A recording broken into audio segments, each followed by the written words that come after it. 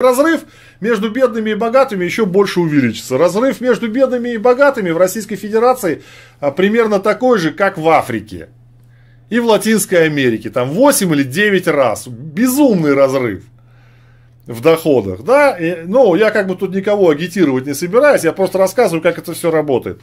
Ну и лично для себя вот я решил, что прогнозировать там курс какой-то российского рубля, это, понимаете, он не экономический, он политический.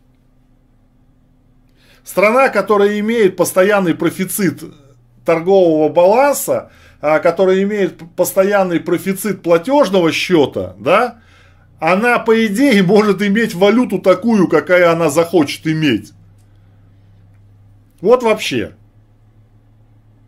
Ну вот захотели бы рубль сделать 50, его бы сделали моментально к доллару 50, понимаете? Вот моментально, по щелчку пальцев, как это было в прошлом году.